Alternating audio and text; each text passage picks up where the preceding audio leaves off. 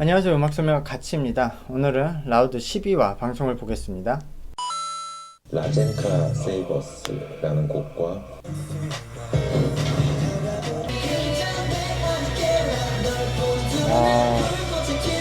네, 또 피네이션 팀이 먼저 했고 엑소의 으르렁과 넥스트의 라젠카 세이버스를 같이 매시업을 한 노래였는데요. 저는 사실 처음에는 이 두 노래 매시업이 좀 위험하다고 생각했어요. 왜냐면 라젠카가 너무 웅장한 느낌이 세서 이런 거 어떻게 될지 모르는데 편곡은 진짜 굉장히 잘 됐어요. 오, 이렇게 할 수 있나 라고 할 정도로 잘 됐는데 아쉬운 건 마지막에 라젠카로 한번 끝냈다가 다시 으르렁으로 한 바퀴 더 돌렸잖아요, 마지막에. 그거는 좀 욕심이지 않았나. 그렇게 강렬하게 해서 딱 멈췄는데 한 번 더 돌릴 때는 뭐 이유가 있어야 되잖아요. 근데 아무것도 없이 그냥 으르렁 벌스 한 번 더 하고 라젠카 사운드로 끝나서 이거는 그냥 뒤에 가서 멋있게 깃발 들고 같이 서 있으려고 한 거밖에 안 됐어요. 앞에서 그냥 딱 끝내는 게 더 멋있었던 것 같고, 천주 형님은 워낙 잘했는데, 하나, 이게 처음에 라젠카가 굉장히 웅장한 사운드로 시작되잖아요. 그래서 라젠카 이렇게 하는데, 으르렁 벌스로 들어가면서 최태훈님 벌스에서 그 라젠카의 웅장한 느낌이 다 사라져요, 초반에. 그 부분이 조금 아쉬웠어요. 최태훈님이 그 웅장하고 좀 비장한 느낌을 살려서 벌스를 하셨으면 좋을 텐데, 그 장현수님이나 천준영님보다는 약간 최태훈님이 거기서 되게 가벼운 느낌으로 전환을 너무 빨리 시킨 게 아닌가.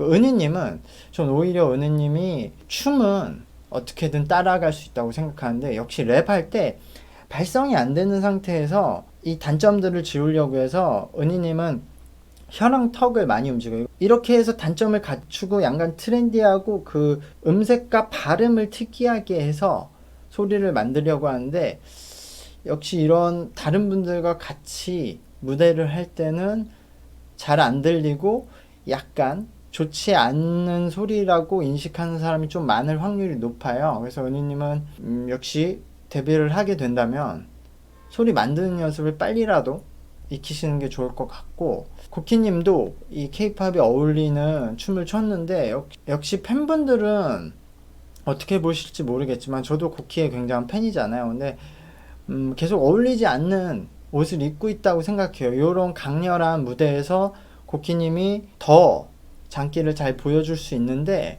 어쨌든 아직은 뭔가 본인이 모르는 감정을 연기하고 흉내내는 느낌이 날 수밖에 없는 것 같아요. 내 낭만에 대하여라는 곡과 BTS의 아이돌입니다. 있어서 낭만이고 잃어버린 것에 대하여라는 가사가 있잖아.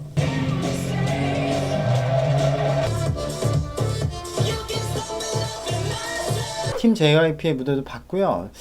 처음에 최백호님의 낭만에 대하여, 이거는 뭐 저보다 윗세대 노래지만 제 세대에서도 모르는 노래는 아니죠. 굉장히 유명한 노래고, 곡을 만드는 사람에게도 굉장히 이게 곡 자체가 엄청나게 잘 만든 곡이어서 배우게 되는 곡이고, 또 특히 이제 연주하시는 분들은, 기타 하시는 분들도 항상 숙지하는 곡이라서 잘 알고 있고, 뭐 BTS의 아이돌은 마찬가지로 저도 처음에 들을 때 낭만에 대하여가 굉장히 화성이 색깔이 강해서 이게 잘 어울릴까 생각했는데, 또 생각해보면 편곡을 할 때 이 아이돌의 느낌을 많이 넣지 않고 최백호님의 낭만에 대하여를 그냥 힙합 버전으로 편곡한다는 방식으로 들어가서 멜로디 그대로 살리고 중간에 랩 넣고 멜로디 살리고 랩 넣고 하면은 그럴듯한 노래가 나는데, 그 랩을 넣을 때 이제 아이돌 비트를 넣은 건데요. 그래서 사실 편곡하기에는 그 라젠카보다 이 노래가 더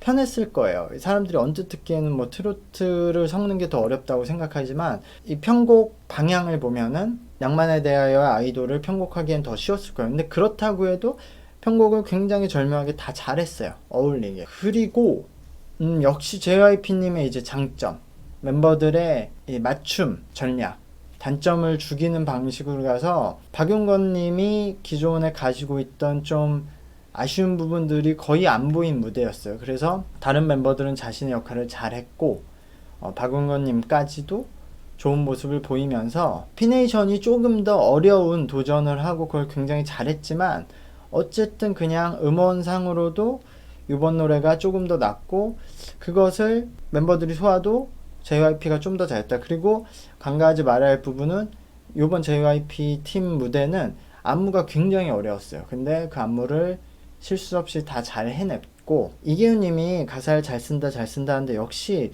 모든 사람이 저 나이가 되고 저 정도 경험이 있다고 저렇게 할 수 있는 게 아니거든요. 오히려 저렇게 할 수 있는 사람은 소수예요. 그래서 역시 칭찬을 하지 않을 수 없다. 이 낭만에 대하여서 가사가 굉장히 심오하잖아요. 그리고 굉장히 많은 삶을 살고 경험해본 사람들이 돌아보면서 얘기하는 내용인데 그래서 이계훈님이 아까 연습할 때 너에 있어서 낭만은 뭐니? 하고 친구들한테 물어보니까 그 낭만을 이해를 못하는데 이계훈님도 자신도 낭만을 이해는 못하지만 이 원곡 가사에 잊어버린 것들에 대하여란 가사를 착안해서 그럼 나에게 있어 잊어버린 것은 뭘까? 라는 식으로 들어가는 방향.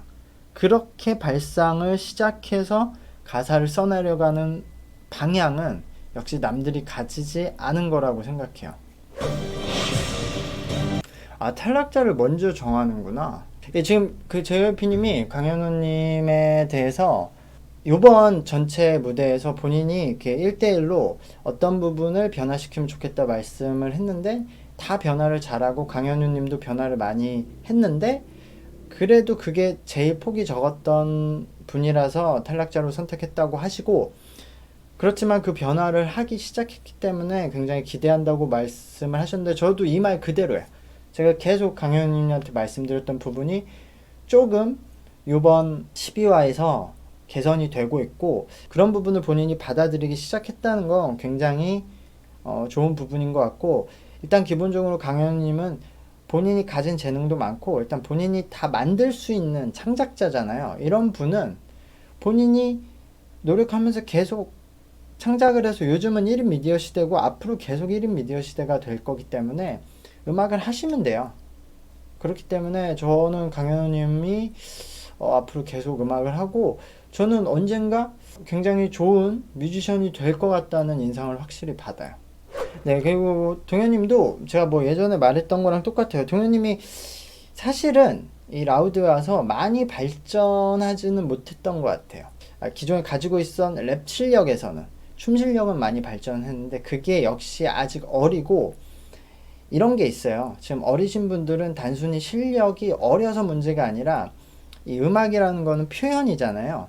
어쨌든 듣는 사람한테 감정을 전달, 그걸 공감이라고 하잖아요. 공감시켜야 되는데 본인이 그 감정을 제대로 이해 못한 상태에서 전달하기가 힘들 거 아니에요. 그러니까 어리니까 아직 경험이 적고 본인이 느꼈던 감정의 개수나 그 세기가 많지 않은 상태에서 그거를 연기하려는 게 어쩔 수 없이 어려운 부분이 있거든요. 그렇지만 김동현님 정말 가능성을 가지고 있어요. 이 나이에. 그렇기 때문에 여기서 춤도 랩도 계속 연습을 하셔야 돼요. 근데 김동현님이 가장 아쉬운 부분이 역시 그거예요. 감정을 표현하는 방법.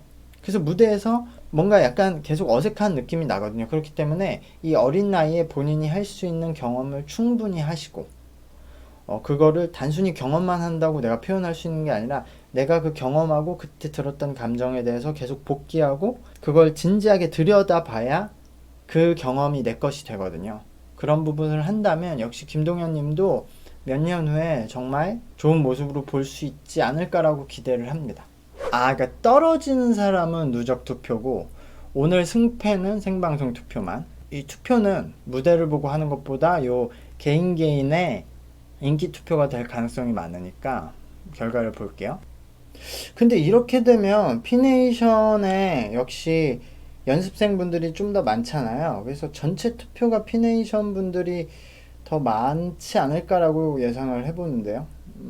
예, 박은건님까지 떨어졌는데 이거 역시 투표가 그냥 그 인기 많은 멤버들이 많은 팀이 유리하기 때문에 원사이드하게 진행이 되는 것 같아요. 이거를 다음 라운드 때 라우드가 어떻게 해결할지 모르겠네요. 이거 JYP 계속 2명씩 떨어지면 나중에 3명 남는 거 아닌가?